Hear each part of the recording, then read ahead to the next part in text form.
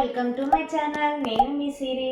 ఈరోజు మటన్ ముట్టిలు కాదు కొబ్బరి ముట్టిలు చేస్తున్నాను. నా దగ్గర ఈరోజు అయితే పచ్చి కొబ్బరి ఉంది, దాంతో కొబ్బరి ముట్టిలు చేద్దామని అనుకున్నాను.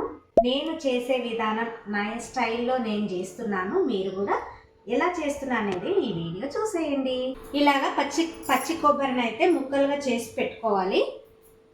దీంట్లోకి 5 పచ్చిమిర్చి తీసుకున్నా, కొద్దిగా కొత్తిమీర, కొద్దిగా పుదీనా తీసుకున్నాను. ఇందులోకి పచ్చిమిర్చి 5 తీసుకున్నాను కదా, సరిపడినంత కొద్దిగా కారం కూడా వేస్తాను.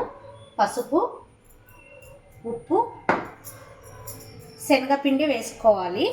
ఇవంతా మిక్సీ పట్టిన తర్వాత శనగపిండి వేసుకోవాలి. ఇందులోకైతే మనం గ్రైండ్ చేసుకున్న గరం మసాలా అయితే వేసుకోవాలి. ఇప్పుడైతే వీటిని మిక్సీకి అయితే వేద్దాము.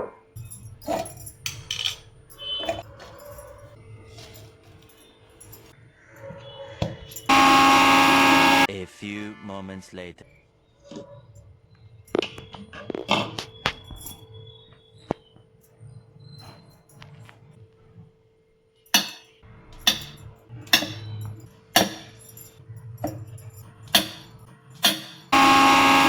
A few moments later.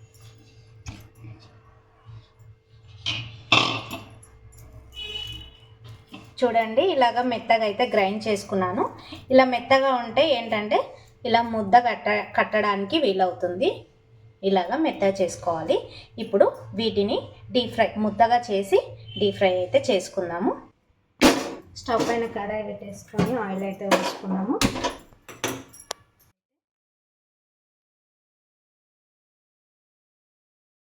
Oil వేడైందో లేదో ఒకసారి చూసుకున్నాము. ఆయిల్ అయితే వేడైంది. వేడిగా ఉన్న ఆయిల్లో వేయొద్దు, ఎందుకంటే తొందరగా మాడిపోతాయి, లోపల ఉడకదు. కాబట్టి నార్మల్గా వేడి అయినప్పుడే వీటిని అయితే డీప్ ఫ్రై చేసుకోవాలి. సన్నగా చేసుకోవాలి, లావు చేసుకోవద్దు. లావు చేసుకుంటే మనకు పిండి తగులుతుంది. ఇలా సన్నగా చేసుకుంటేనే లోపల కూడా ఉడుకుతుంది.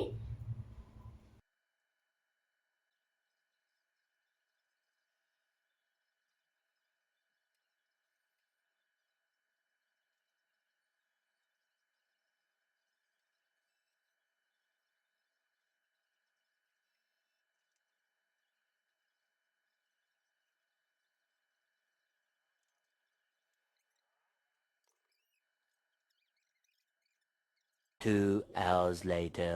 రెడీ అయిపోయి కొబ్బరి ముట్టిలు. చూడండి, ఒకసారి దగ్గర తీసుకురా కెమెరా.